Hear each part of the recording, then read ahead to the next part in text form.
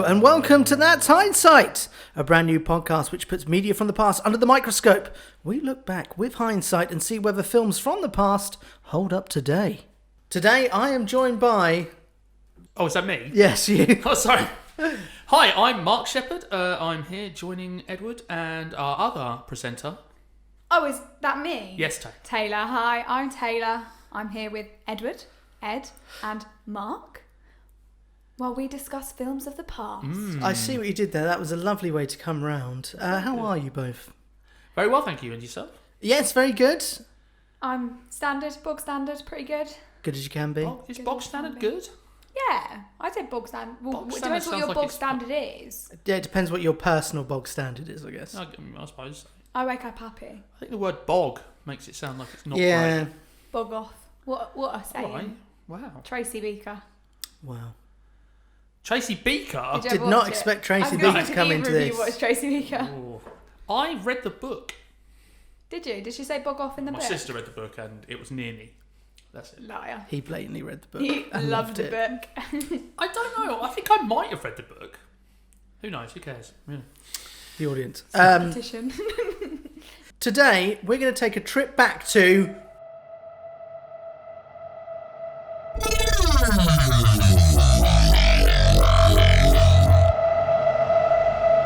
...1999. Indeed. So we said to start with, before we randomly pick years, is each take the year of our birth to start us off on this path, on our journey. So we're taking 1999, which is the year of Tayla's birth, our youngest presenter. So young. No, that makes sense. So basically, yeah, we'll pick a year each time we do one of these, and then we'll select a film from that year to watch and review and discuss and see whether it holds up today or whether it's, you know, something that should not be touched. Yes, exactly. Just to clarify, as it is the year of my birth, I have picked this film.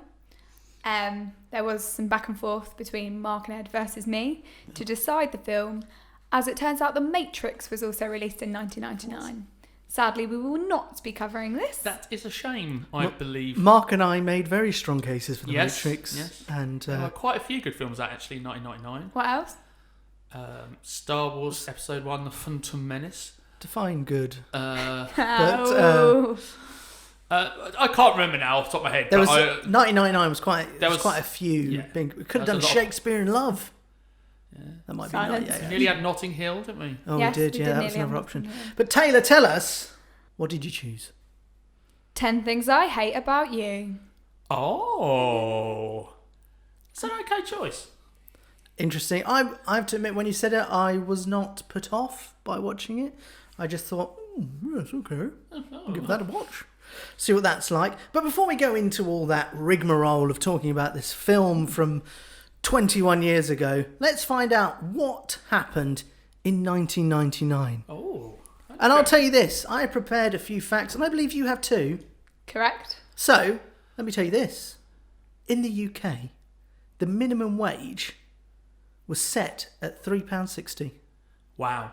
That's mental. I don't know what it is now. I assume it's gone up. That is- £8 something. Oh, that crazy. is not a lot of money. Really not. That's how, yeah. I mean, I guess cost of living was lower, but that seems crazy low. Exactly. Wow. That wouldn't even cover your Netflix subscription. That's very true. Yeah. Oh, that's good. That's a good fact. I like that. Thank you. Fun fact. I found out that Napster started this year. Oh, yeah, of What's course. Napster? So Napster was the original file sharing program. I say the original. It probably wasn't the original, but it was the first one that people started using to download music without paying for it. But people didn't really know what they were doing back then, so everyone just used it and was just like, free songs. And then obviously it became very illegal, and now we don't use it because obviously everyone uses Spotify and things like that. Convenience one. But it was a big thing back then. It was. Well, it was fantastic. What time to be alive that was. Yeah. You just type in a track in and be like, I'll just download it. But you Download can this. just here it do is. that on Spotify. Well, yeah, but back then That was you major. had to download it, Yeah. so you had to have someone to keep it. And What would you yeah. download it on? To your computer and then burn it to a CD. But did we have MP3 players back then? Maybe earlier. But Yeah. mini disc. You'll know all about that, Taylor. know I what a have mini heard. disc is. I know what a mini disc is. Do you? It's a CD, but a small one. That was probably Really? quite But obvious in the name. PayPal was called one of the worst business ideas of the year. Wow. That's interesting, obviously, because literally use PayPal for everything these days. So Good old Elon Musk. is that Elon? Yeah, he's one of the founders. I didn't know that. Yeah. Crazy. I'll tell you what happened in 1999. Well, then, Manchester United won an historic treble. That's never been done before. for all of those of you who don't know, which will be most of you, Ed supports Manchester United. Moving on to a different one. The Euro was first introduced. Oh! January the 1st, 1999. That became legal tender. What did they use before? They all had their own currencies. Francs Like in francs, France. yeah, and Lira, was that Italy? Why do we Something like not that. use the euro? well, Because got we're Europe in British. there. Yeah, but why does Ireland use the euro and we don't? Because they're an independent republic. And we don't like doing things that Europe do, which is why we left, apparently. Do you wish we had the euro? Yeah? It'd be easier, wouldn't it? There's pros and cons. Pound It was is very it does strong feel for a long special. time. Yeah, Doesn't it? until we left Europe, the pound was very strong. And now it's in the toilet. The first ever SpongeBob SquarePants episode aired. I feel like my facts are slightly different to yours. That's a great fact. It's good to know. Have you ever watched SpongeBob? Do you know what? I've never really watched it, and I always feel like I should because I feel like it's something I'd probably enjoy. It's your kind of humour, I think. Yeah, You would I like think it. I think I was the wrong age because I was obviously 19, 20 when that came out. It would have been I uncool to watch. really that. wasn't watching cartoons at that point. I mean, I watch more now than I did when I was a child, but never mind. Okay, here's a quick one for you. Do you remember the Millennium Bug? No. I do. That was yeah. the thing. So Y2K bug. they thought that because the dates would change to 2000 and they hadn't written that in the computer code, everything would break. So they thought like planes would fall out of the sky, servers would blow up, all of it. Who's they? Analysts, experts, people, But it the didn't. news. But it didn't. No, Okay, proved good. to not be a thing.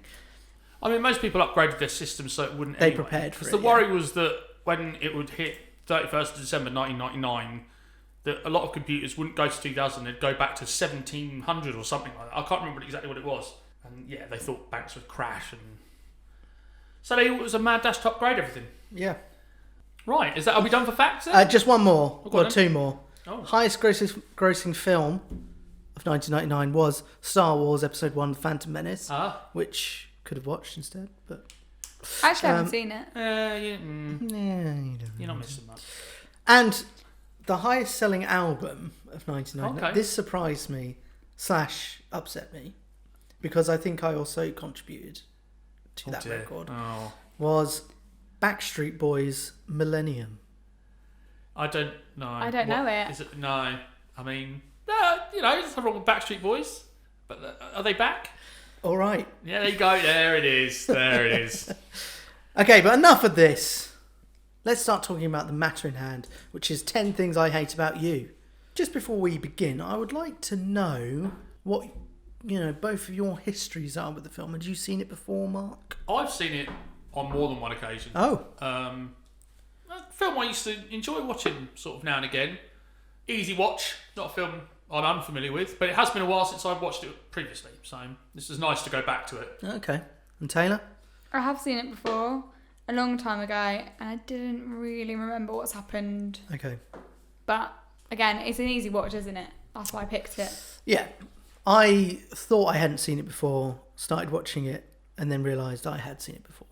Okay, so the film opens up in Tacoma, Washington, and we get some aerial shots, I think, which have been drawn and then coloured in and then turned into real footage. Oh, yeah. And then all of a sudden we hear the music of who, Mark? Oh, Bare Naked Ladies. Oh. It's been a while. That song. That's the one. That's the song. It's I instantly write down that's a great start to a film. You know exactly when this is set. Yeah, it's just like, oh yeah, that's a real flavour of the year. So, Taylor, you look angry at me. I thought it was a different song. New.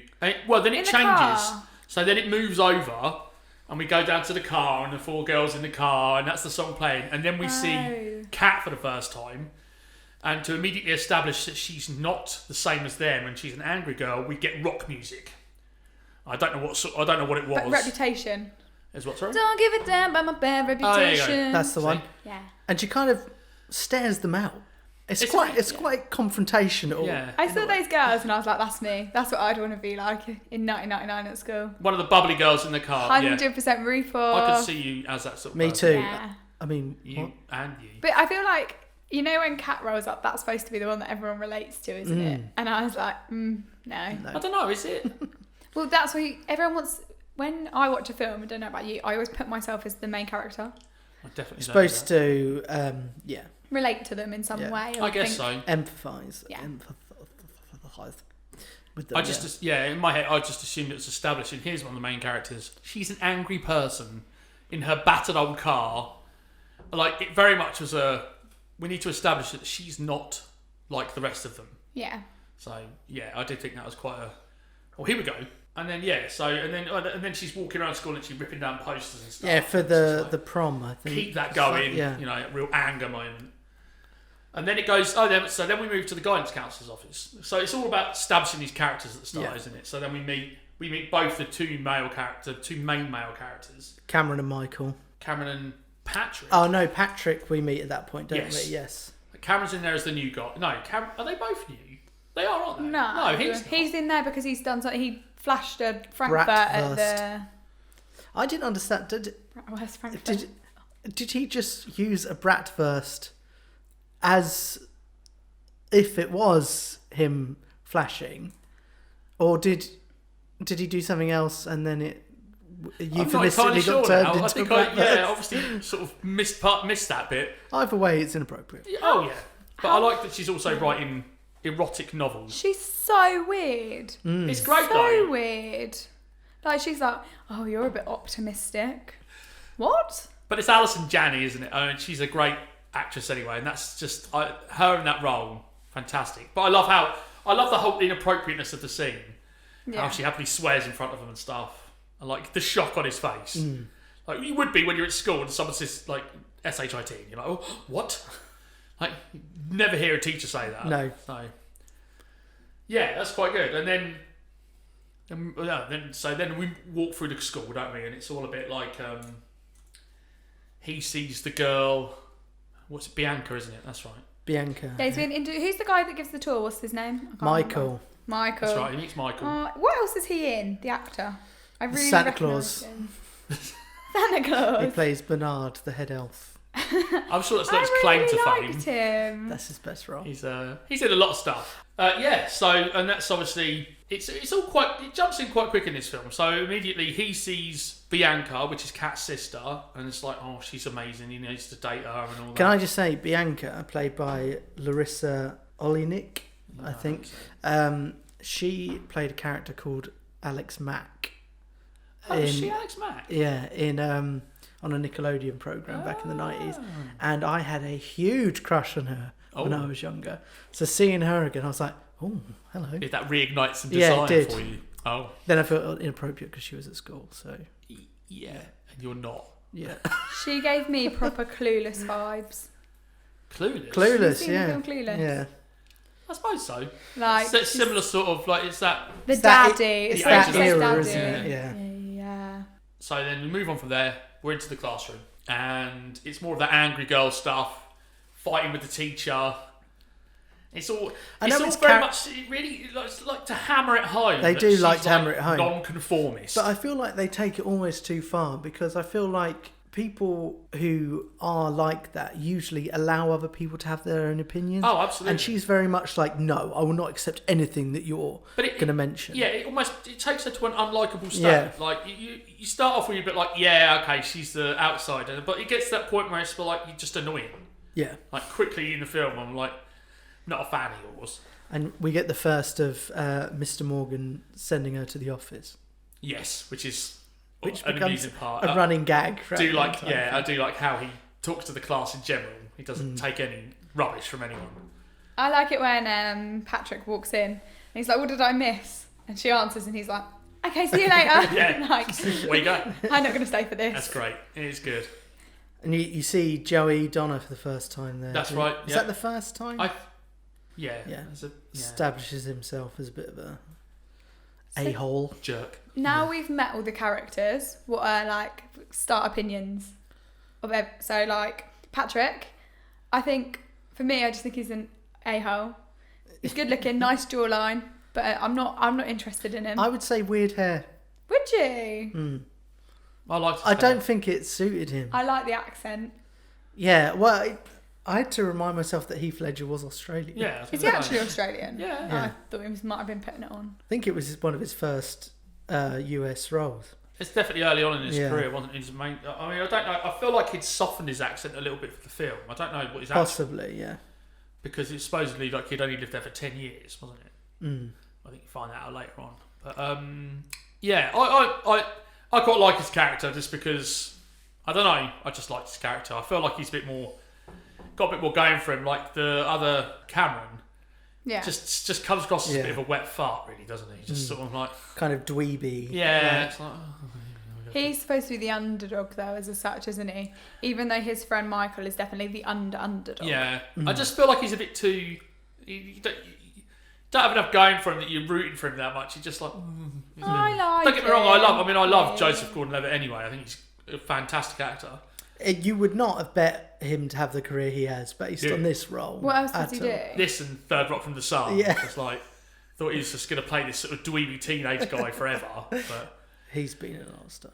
A lot of stuff. Because I think he's quite a bit older than the character he's playing in that film. I think he was 18 when he shot it. So. Oh, okay. Well.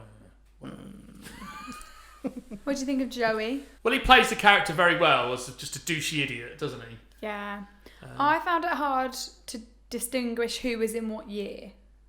Do you know what I mean? Right, who... Like, I didn't realise that Bianca was a few years younger than the rest of them. Yeah, I think she's the only one that's younger, isn't she? Yeah.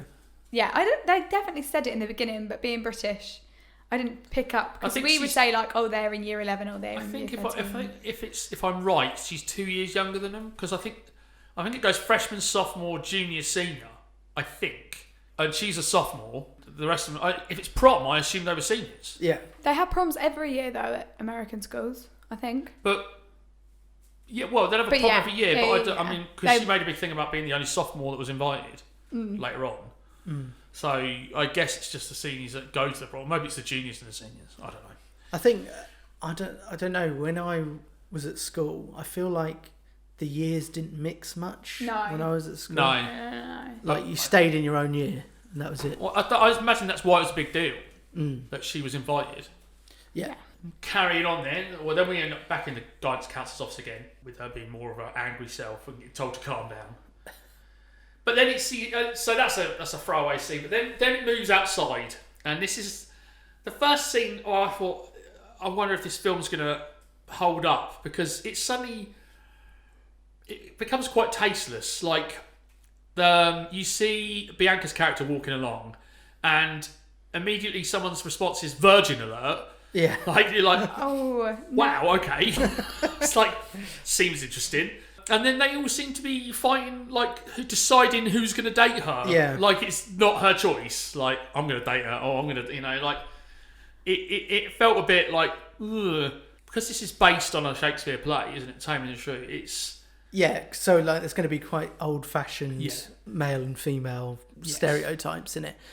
But I did find it like Joey's character when he's just like, I won't do this for money, I'm going to get her just to say I've done it or something like that. And you're like, oh God.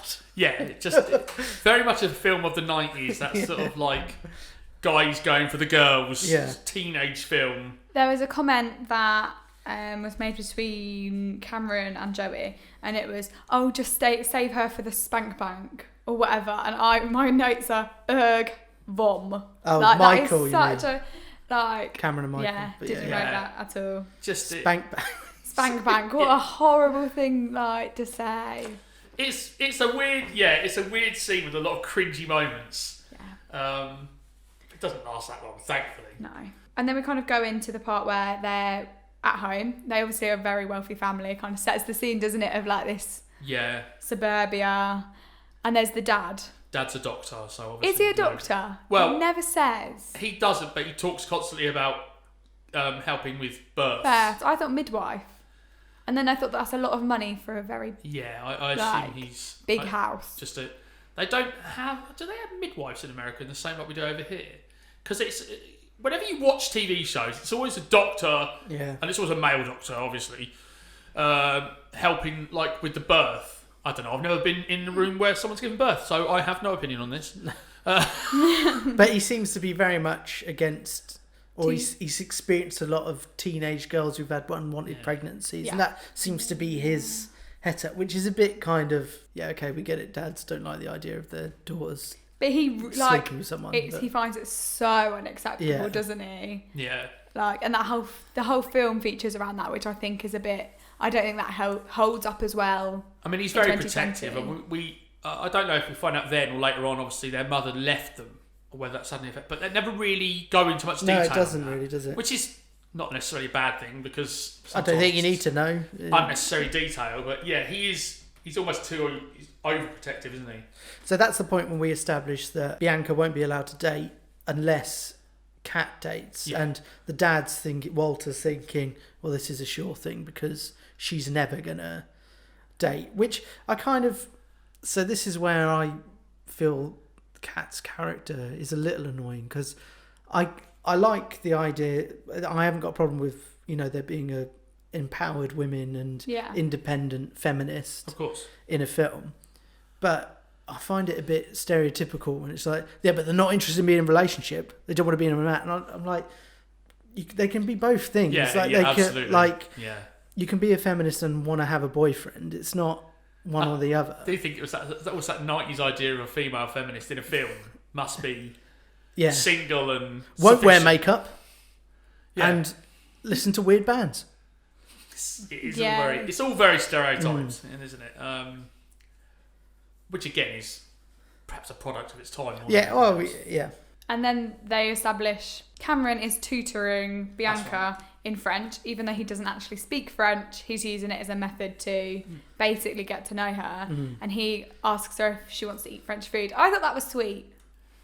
Oh yeah, it's a nice moment. And she's like, but then you kind of see in her eyes that she's planning to use him because Joey's already established a bet with his friends that he can sleep with her by prom. Yeah. So at that point it's where the whole thing is Bianca's character starts off as this girl you don't like, doesn't she? Or she just wants her own way and she's so fascinated by being what everyone wants her to be. Very vapid, sort of. Like, she's not, you're right, she's not very laps likeable. Up being the centre of attention. Privileged and... Which she says later on anyway. Yeah. But then obviously that sets it up nicely for when they now need to find a date for Bianca. And I do like there's the very short scene where they're interviewing a bunch of random guys. Just the different guys, just like none of them would be. No. The stupidity of it. The one guy just screams. Fantastic moment. The idea that they're all scared of her or just...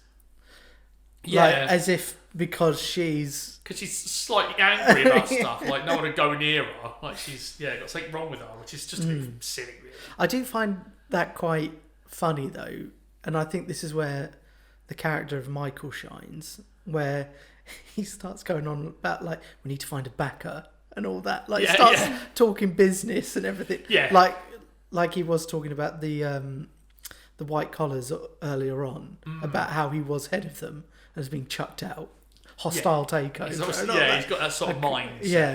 And then he goes and sits with Joey, doesn't he, and tries to make that deal. Yeah, in the canteen, that's a great scene. Gets that penis drawn on his face. I found more amusing than I should, but he just sits there and lets him do it. And tries to handshake at the end. Just and just walks away. I just kept screaming in my head, just like, untuck your shirt, please. Please untuck your shirt. No. He plays a great nerdy character. He really does. It's those little things that just sell it really well, don't they? And then Joey offers Patrick the money, doesn't he? And says, I'll pay you this much if you take her out. And there's a bit of back and forth. Yeah, that's when is that when on the athletic track? No, they're by the lock. They're by the lockers. They're by the lockers. Because he only offers $20 at the start. And I was like waiting to hear, what amount is he going to offer? Like $20. Like that's... He ups it to 50, doesn't he? He gets to 50. It gets to 50 in the end, but like it's something that this character clearly does not want to do. Oh, and yeah. they get like $20, anything to motivate someone to go on a date with someone they don't want to go on. But No, yeah, even 20 years ago, $20 Yeah. wasn't like much at all, really. And like you pointed out, it would cost you more to go on a date. yeah, So, Would it have back then though? probably because you're buying everything twice, aren't you? Because you're buying yours, and if you're I remember back when I was younger, me and my sister could go to the cinema, get the train, and get popcorn for 20 quid. And I suppose that is the set. Yeah, like but 20 now, quid's- for the cinema, you're looking at £20 Yeah. alone. what, $40 back then, wasn't it? yeah. Because it was 2-1 back in the 90s. So, yeah, that was quite a lot of money. Yeah. That's probably why he was like, that's not a lot of money. Especially if he's the rich kid. Yeah, You know, he's clearly got money. Yeah. just carrying cash as well in school. Don't Oh, think I ever had yeah. cash on me when I was in Yeah. school. Maybe like £2 as a coin. But it's, yeah, it's Ready that whole for a thing now, sandwich. it's money and his flash car and all this and that, innit? But I do remember thinking at this point in the film, it was like really, actually a really complicated setup.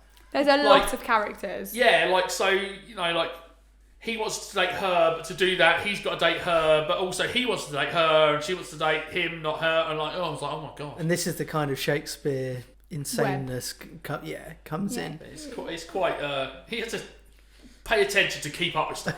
Yeah. So, I love the football ground. I wish our school had one of I them. know, what an It's awesome so stadium. Cool. this is the first time when I thought in this film, like, do people in America just wander about when they want? Like, at school? Just like there's obviously, classes going on. Free But then there's periods. just random people just interfering with the classes, though. Yeah. Like, I suppose it's one thing to just be sitting in the stadium, but just to be, like, talking to people who are clearly in a lesson, I don't know, it's just, like, you would never get that in Britain. No. Like go chat to someone, you'd be straight to the head teacher. Unless it's like after school practice or something. I guess, yeah, maybe. That bit when Michael goes down the hill. Oh, on his bike at And, the start. I was not expecting it at all. And I was just like, how the hell does this end? Is there like a fatality in like He's the gone. first 20 minutes? Out of the film. But it's, yeah, I like that. I did like that he immediately went in just straight away, just asked her for a date and just like rejection. It's good. Oh yeah, that's when you start to like Patrick as a character. Get some of his he's- charm. Yeah, he's very charming. Oh, yeah. And I think at that point he balances it quite well because he's had a bit of a mystique up until that point that like, don't talk to that guy because he is some freak criminal that's Dangerous. killed Putting his people hands and in the fire. eaten a duck. The yeah. Bunsen burner. Which like, apparently he improvised. he did. I saw that fact as well. But you can do that. Everyone did that at I school, mean, didn't everyone they? used to do that Yeah. at school. I'm sure they did. But he used to up the ante by turning it to the gas side. So it's a pure blue flame, and like I'm doing it through the blue flame. Like, I burning never hair did off my that. hand. Skin's melting. Yeah, like it's great. I'm on fire. What a weird thing though, isn't it, that at school you'd sit there with Bunsen burner like. As if that was the cool. And in this film, it's like he's so. Oh my god, he's so dangerous. Yeah, he's real dangerous. 'Cause Drills it's that a yellow flame. textbook. It's just the way he looks, like in that moment, of just the like. I don't know. I love it. Big fan. It's a good, right? Yeah. But then this whole next bit of the film is just them. It's just him asking for a date. Yeah. There is some key like moments where Cat hits Joey's car. Yeah. That is savage. It is pretty. It's like it's almost to the point of like, would she do that really? I mean, I know she's supposed to be this angry person with a rubbish car, but like He you did know that's going to cost a obnoxiously- lot of money. He did obnoxiously park. Oh, he around, did. right? And- Oh, yeah. Don't get me wrong. It's a jerky thing to do, but it just felt like you would think about the ramifications. Yeah, of this before you true. just slam into someone's car. I But- feel like when you learn their history, it's a bit more. Oh, yeah. Acceptable. Yeah, maybe it makes more sense, yeah. But at this point in the film, you're just thinking, oh It my just- god. Very savage. And then her her dad says to her, doesn't he? My insurance doesn't cover PMS. Yeah, well, this is it. I was That's like, what I oh, mean. Like, God. that's just money for him that he's got. She would know that that's going to cost money. Yeah. As this is something Louise, my wife, pointed out while we were watching, and Taylor, you being a fan of My Favourite Murder, Yes. at this point she was like, when you think about Heath Ledger's character, like and all of his traits up to this point, he is starting to fall into the category of murderer. Psycho. Yeah. Oh, showing up at the club, didn't he? Stalking. Oh, not I talking wrote to later people. on that he's a bit of a stalker. Yeah. But yeah, he just seems to be like, He a appears bit in the background, a bit creepy. Yeah. No, definitely. Was that club just like a girls' club, or was it a gay bar? I was trying to work out, like, was it Club Skunk? Yeah. Was it a lesbian club or was? But there was one guy because I was looking through. Was there? It's all women. There's a guy at the bar. I was there, but there was one guy dancing in the middle as well. But there was a lot of. I think it was just supposed to be like a feminine rocker bar. Why I don't couldn't he didn't be strike me as a female? lesbian bar. Did it not? No, I just found it like just like a female rock bar. I didn't pick up on it supposed to be lesbian. Was this after Cameron had gone through Kat's room with Bianca? No, that happens later on. Does that happen later? No, the only thing that happened before that was they asked for more money. He asked for more money, and then they set up for the party with Bogey Lowenstein, which was just a great name. Who is that? There's What, the actor? no, the guy whose house they go to, and throughout the whole thing, like in the start, they're hitting golf tees, aren't they? Off of, and it's like it looks like a teacher, and then some students. He's a student, but he's like an upper class. Yeah, just proper wealthy. He looked older though, like he's think teaching he's- the I younger think students. It's the way he dressed, I think. Yeah, No, he's just supposed to look older. I thought it was a teacher, and then they all just went to a teacher's house for this party, and I was like, "What's the actual?" But yeah, but also they just set up for it. Yeah. Like so they changed the poster to say free beer to get everyone at this party. Throwing the Throwing the flyers I love down the that. staircase, I love such that a good shot. great shot. moment, Yeah. yeah. Yeah. But then you see, this is a bit where and then after that was Bianca and Cameron are walking around under some sort of bridge thing with a big old statue. Yeah. And like they're all just chatting. And I'm like, in my head, I'm a bit like, this feels like they're on a date. Like I don't understand why she can't date on the side, but like she can happily walk around with another guy, which like, after school hours, it's a bit like they're basically on a date anyway. Yeah. It also feels like their relationships jumped a bit to get to this moment. Yeah. Like there's something we've missed. I think we have to go with the assumption that the French classes continue in the background. They're and- regular. Well, this is something I wrote at the end. I was a bit like, does this film take place over a whole school year? Very hard to work out how long this takes place over because It must do because he's come in. It could be a year or it could be a term. it's at least a term. It's got to be Yeah. because there's so many things about it it jumps a lot, but you don't get any sense of time No. because like she's getting university acceptance stuff but prom's obviously at the end of the year and it's so I did struggle with the timeline of it. That's true. Not that it matters that much. No. So anyway, so that's then this is when we end up at the bar. So they go to the biker bar, which he's in a biker The bar. pool table moment. When he picks up That's the ball. amazing. I've literally wrote down so frustrated. It's such a good moment though.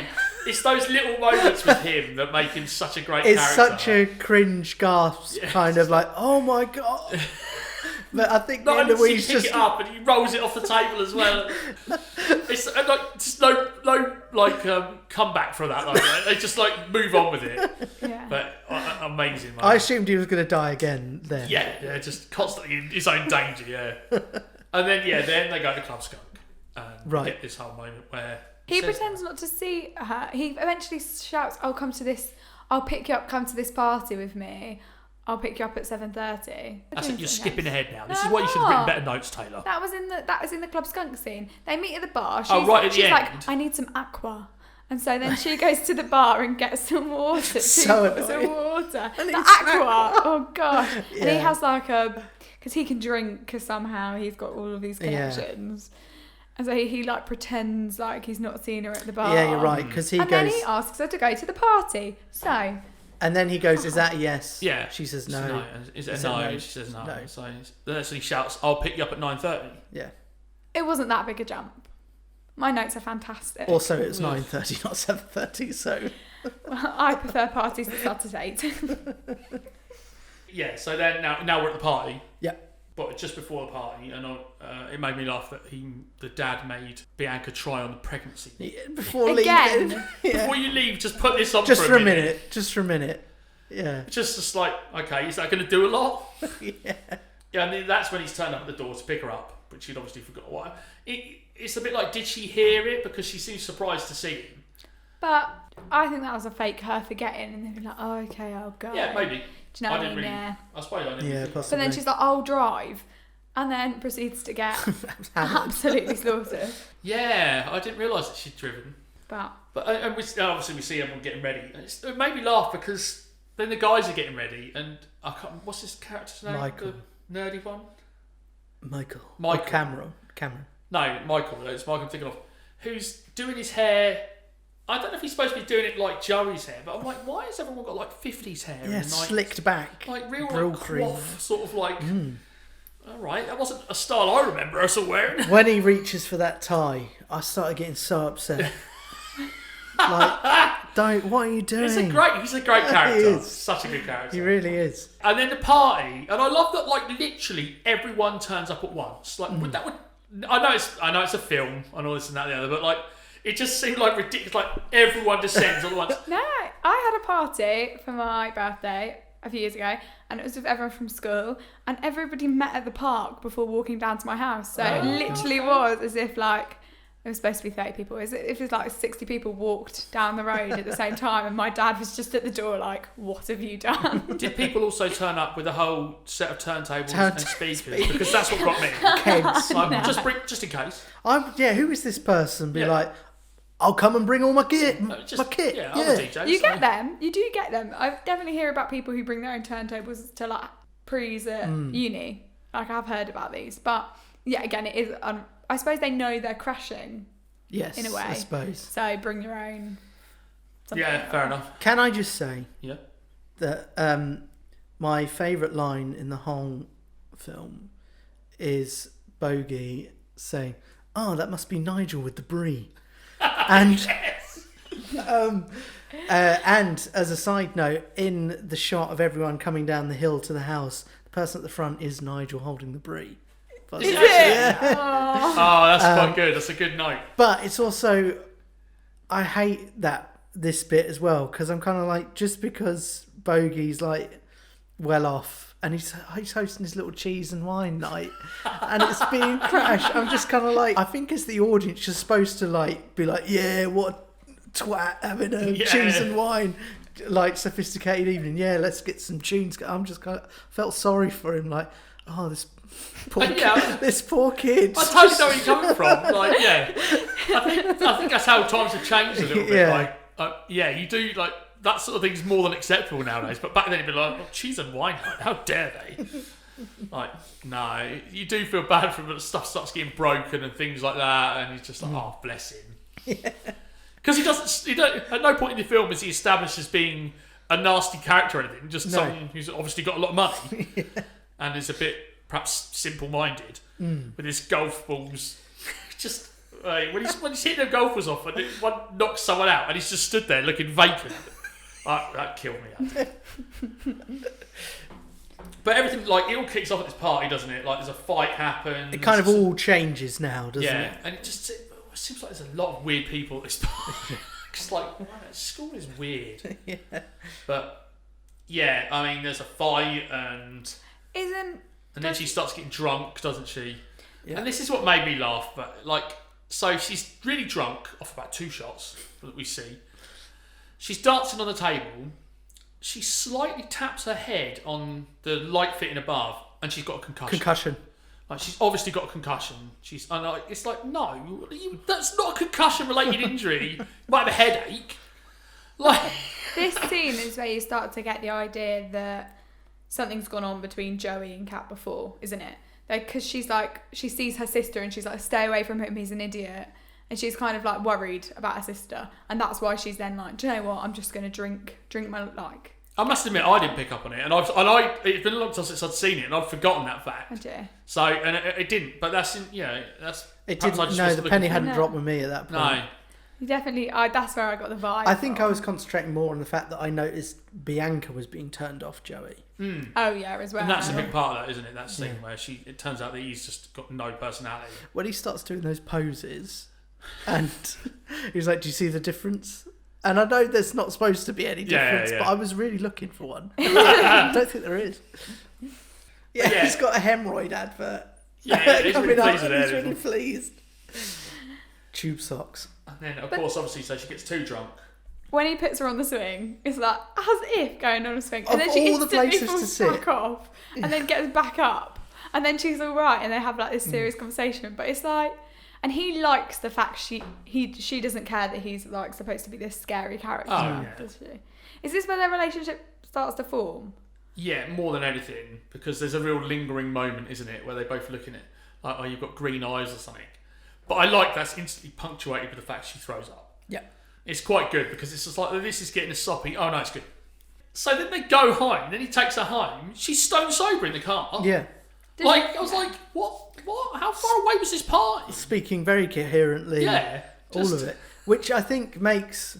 Because obviously she goes in for a kiss and I think Patrick is trying to be a gentleman and not kiss her because she's Drunk. just had a load of tequila rather than just being like, you've thrown up or whatever.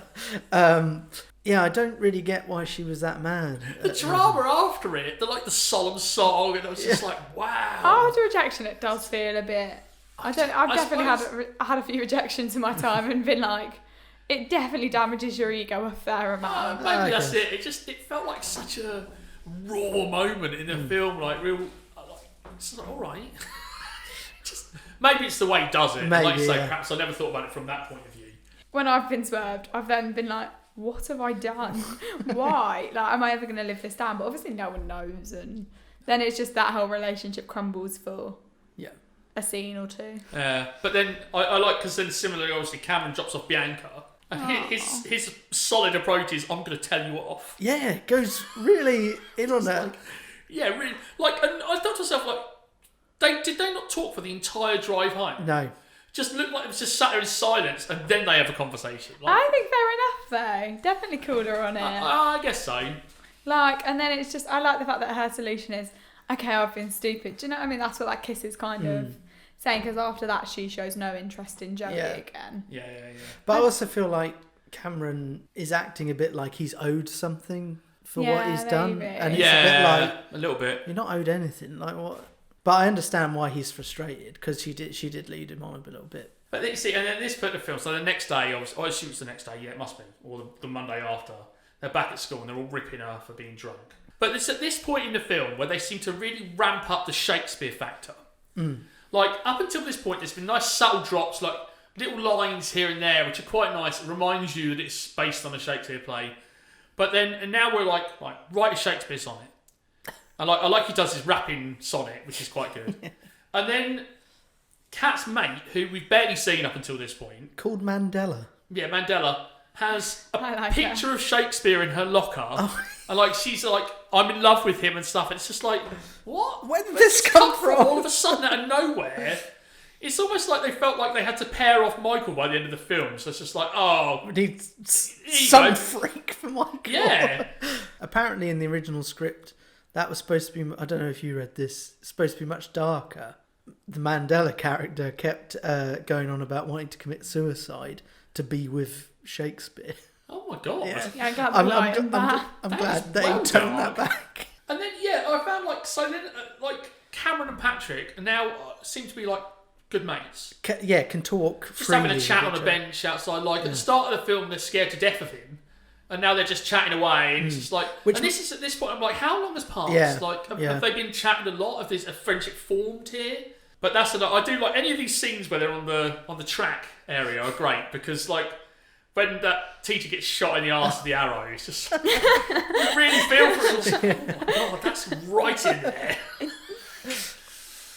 But Kat's reverted to her the start of her film set, hasn't she? She rips down the prom poster. Yeah. She's all angry again, basically. She's back to full circle until they come up with the solution, which is, I'd say, the most iconic film. Definitely my favourite part. Well, I liked it because this is the bit where I wrote just before that, where it's another dramatic montage where he's stalking her again. And he can't approach her, and hovering behind. And, in the library. The music's playing, so it's like, oh my God. All right. But then I did, all right, that's the most infamous scene now, where he sings... You're just too good to be true over the PA. But it is one of them great moments where you're like, oh, it's coming now, this is good. And the band starts playing. And it is, when that band pipes up, it's like, it's proper awesome. Good. It's the run-in that I love, where he's when like he runs and ditching the security. And he pats him on the bum as he runs past. It is a so fantastic good. moment. There was supposed to be a different song for that, and the actor, Heath Slater, I persuaded them to change it. Let me find out what the original is. Because that's a good choice of song, I think. It's very... The marching band works well with that. It works perfectly. It does. So good. I couldn't work out if it was him singing. It sounded like it. I think it is. Yeah. Yeah, because it's like good enough, but it's not good. Yeah, it wasn't. It was a bit flawless. It was a bit flat at some points. And I thought, I do think it's him singing it. Obviously dubbed over. But. So cool when he just slides down that pole. Yeah. It's such a great moment. It makes me think, why wasn't I cool in high school? Yeah, wow. Then he gets put in detention. Yeah. Oh, yeah. So then she comes to break him out of detention. Like, it's another great scene where obviously she's trying to talk to the teacher while he's trying to sneak out the window. But the fact she flashes him at the end and there's no repercussions, she's just allowed to walk out the room. I was like, what? Too far. Like, wow. There would be a whole investigation if that happened. Yeah, it's just like, but just like, oh, that happened. Yeah. Was it before this that he's been paid to take her to prom?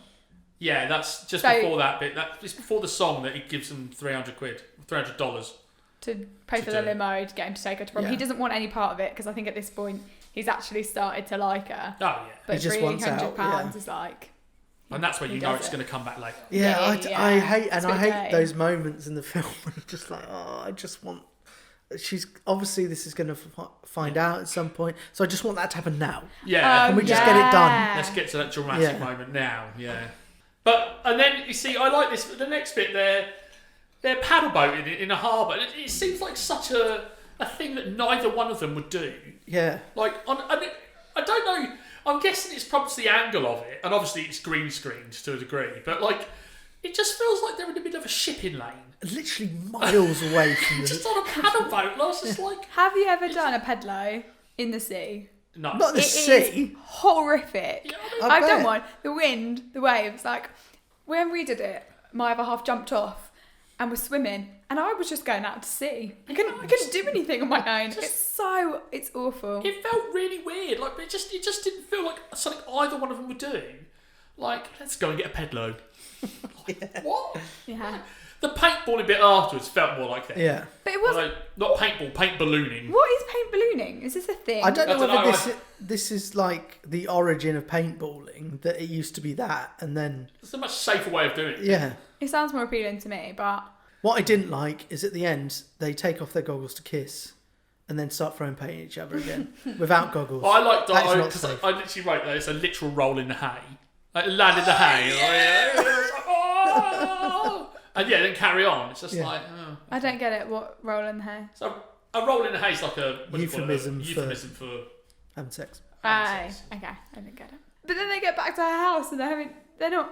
Nice and clean. They've got a bit of paint. Well, I thought this as well, but then there's one point where she sort of walks past the camera and her hair is literally fully painted, and I suppose they were all Kitted. in overalls and stuff, weren't they? So I was going to be like, but no, I did think that actually they have got a fair bit of paint still on. But that's when he asks her to the prom, and like she immediately like thinks there's something going on. Like, would that be your first thought? Like, what's your motivation behind this? Why are you pushing this? Like, because he tried to be persistent. Yeah, was enough for her to I be... want you to go to the prom.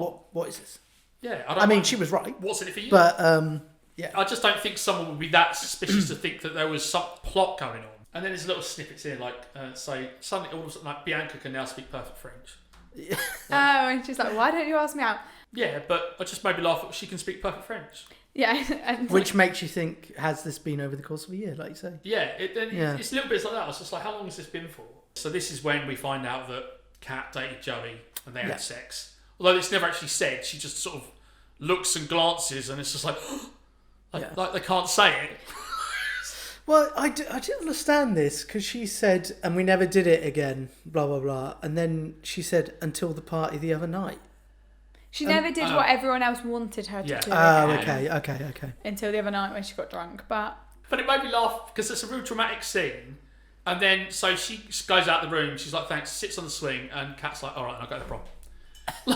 Did no one know did no one know they were dating? Because I know that he never told anyone that they had sex, because she threatened with the cheerleading squad, but surely people would have known if they were seeing each other. Crap, I mean... If they were going out for the course of a month. But maybe it's outside of school, you don't see it. Everything goes around school. But I suppose, why would, you don't... I don't know. I don't really think about that, I must admit. Mm. And then finally, obviously, we get to the prom now. The big moment. And I was always impressed with these venues they have. I mean, is that a real thing like that? That venue there, I suppose it's supposed to... I assume it's supposed to be a rich place anyway. It's a rich school. But the venue's another level. It really is. Her hair, not a fan. Kat's hair. Cat's hair, yeah. And Bianca's prom dress, not a fan, but... I did. Also, wasn't really a dress, was it? It was a crop top. And it was a weird ensemble. But I liked Kat's dress. And they both had them. Just lying around. Well, that's because they might make a point of it, don't they? They both say, "Oh, just a tux," or "I just happened to come across it." It's almost that thing where it's just like they all really want to go to prom. I get. Is how I sort of looked at that bit. And finding the Shakespeare nerds get together, which is he's left the dress. Yeah, it's a sweet moment, but at the same time, it's just a bit like, just. Her hair was hard to compute when I looked at it, but he looked more like Austin Powers than Shakespeare. Yeah, It didn't look like a Shakespearean outfit, really. Because I couldn't remember what it was, and when I saw it, I was just like, okay, not what I was expecting. But then there's that singer up on the stage, but like I had no idea who she was. No, and I was like, I'm guessing she was famous some then. kind of. But like when you're watching it now, you're like, who is this? Apparently, they are a band called Letters to Chloe or Cleo, I think. But they really got their money's worth out of them throughout this film, didn't they? You know, this is jumping a bit, but you know, at the end there's the scene with the same band playing on the top of the roof. Yeah. It cost £500,000 each time the helicopter took off. So they had to get that right. That's impressive that they got the whole band up on that roof. It's tiny space. There's not a lot of space, and the only thing I could see was a small hatch. Yeah. Like, so did they make airdrops it down? I was like, that was impressive. These days, you just send a drone up, wouldn't you? Well, yeah, you would, yeah. Letters to Cleo. Yeah, so I've not even heard of them. Were they a popular band? I've never heard of them in my life. No. Maybe they're more popular in America. And then he brings the girl on, doesn't he? Oh, I call the girl from the club. The blonde one, the singer. That's what I mean. And he's like, I pulled in a favour. How awkward is that, though? She walks through the crowd, walks up to them, sings a line, and then walks off again. And I'm just like, if that was you, like, having that experience happen, wouldn't you just be looking at, like, this is so awkward? Yeah. Very, very weird moment. Then they find out about the paid date, don't they? And that's when it kicks off again. Oh, it's so cute, going back at the door where he knocks and it's like... Cameron's there for Bianca and he's at the door in his little tux and the dad's looking like this was a very bad idea. What has gone wrong? And he's just so cute, like, oh, I like that. I like it. I mean, and then the dad goes to shake his hand and he goes to do it back and then she grabs his hand. Yeah. That's so sweet. That's sad. But then obviously, and then he gets punched at the prom. Yeah. Oh yeah. But I like the fact that she proper lays into Joey. Yeah. Like, it's a good moment. It's just like, actually, finally the women... That was for her and Kat. Yeah, get to stand up for themselves a bit more, because it just feels like they're always a bit like... And he complains about his nose. I've got a nasal spray ahead tomorrow. Really good. And obviously they have their argument about the money. Yeah. She leaves, and now we're brooding on the balcony again. And like any rom-com, now you're like, it's impossible for them to get together again now. How will they ever? This goes from here to the end ridiculously quick. I was 10 just minutes. like, there must be another hour left of this film. Insane. It's like they just finished. You're not wrong. pace You are changes. absolutely correct. I suppose, I don't know if that's how Tayla and the Shrew goes. I've never read it. But that's what a lot of these films are. It's a bad moment, then it's the end. Bad moment, all resolved, finished. But it is obviously at this point we get the literal title of the film, the poem, 10 Things I Hate About You, which I will admit that until this watching of the film, I'd never put the two together, that the name of the film was the sonnet she reads. Yeah. But it's a powerful moment. Yeah. I like it. Real tears. Apparently done in one take. Yeah. And real tears. Yes, because she even stammers a little bit over the line. And I was like, I like that they've left that in. Yeah. It felt real. And yeah, I did like that moment. And I like that he doesn't immediately get up. It lets the moment land. Like, it's a lot of films, she'd run out and he'd run out after her. Yeah, in my head I was going like, run after her, go and get her. It's like, it's quite good because it just feels like it really sinks in. How it turns out, I'm glad it worked out how it did. Yeah, I agree. Then it literally jumps to the end of the film. Yeah. Because then she goes to the car and there's a guitar in there. And he's used all the money. Oh, there's a quick callback to the earlier scene where she was playing a guitar while he was stalking her. The thing is, earlier in the film, like, this is one thing I didn't really like, is Patrick's character development was poor. Like, you find out all the rumours about him aren't true and whatnot, but you never find out why he's the way he is. Why is he such a loner? Yeah. Oh, yeah. All you find out is that he was sat with his granddad for a year or something. Yeah. While he was ill, which is fair enough. But yeah, like, why did he not create this mystique? Did he not want to talk about that? Yeah, I don't know. it's all very thrown away at the end. And I feel this is the point. Sorry, with Kat, I'm a bit like, oh, she's a bit materialistic because she doesn't hug her dad until he pays for her to go to college. Yeah. And all of a sudden, Here's Patrick's guitar, forgiven. forgiven. Yeah. But it made me. I thought to myself, Fenders aren't cheap. I mean, even if he took the $300 and the $70 or whatever, or $50, like, that would have cost a hell of a lot more. Because it wasn't as like a Squire, because they do like a cheaper Fender. That was like a full blown Stratocaster or whatever it was. Wow, that would have cost a lot of money. Grand. It's just like, oh, here's a Fender. Yeah. And then that's it. Yeah, okay, all's forgiven. Happily ever after. Although she does say you can't buy me a guitar. Yeah, but like clearly does seem like that's the case. Yeah. But it's a nice ending. I mean, they all get together. You must have liked the ending, Taylor, because you love a. You like to see the right people with the right people, don't you? Yeah, I did like the ending, but I did feel it was very rushed. It didn't give me much time to digest. Do you know what I mean? Like the whole film. And I feel like Cameron and Bianca, I'm glad they worked out and everything, they suit each other. But I also feel like nothing really bad happens to Cameron other than being punched. And he did like mastermind this plot. Yeah. To have someone pay to go out with someone else. Yeah, he doesn't really get much of a come-up, does he? Apart from a punch in the face. Exactly. Which I wouldn't want personally. But no. I feel like no one really calls him out on that. No. Just gets everything he wants. Yeah. He's a new kid though. He's moved around a lot. Yeah. But it's good. You know, and then it ends. But I wrote here, the band on the roof is impressive, because I did. But that's one of those films where I forgot there was outtakes at the end. Oh, I didn't watch the credits. Oh my god! I thought some of those outtakes were quite awkward, and I don't know whether that's because some of them like there's a very weirdly sexual vibe to them. But I realised that one of the outtakes I still quote now. I still shout, "I want some coffee!" Just like it's something I've always said, and it's like, oh yeah, that comes from here. Of course it does.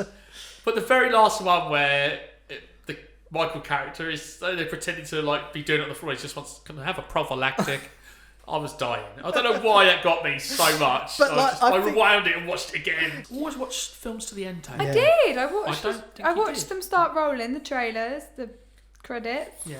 And then I turned it off. So you didn't watch it till the end? Do you watch it all the way to the end? Always. Yeah, always. Always watch the credits. Joking? Ever since Fast and Furious, the very first Fast and Furious has something right at the end, and you would never expect it in that sort of film.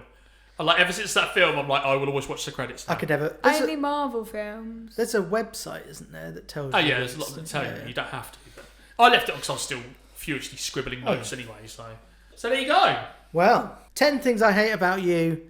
Taming the Shrew. Did you get it? I until you said it, I had never put that together either. No. In hindsight, I don't think it holds up to 2020. But I think it's very different between America and the UK. Do you know what I mean? Like the school, the whole inappropriateness of teachers and things. I don't know. It's not. I think a lot of it is done not to be realistic of a school, but to funny. Yeah. And I think it's something I put two and two together with afterwards. I looked up the writers and I think the director had come from doing like TV sitcoms.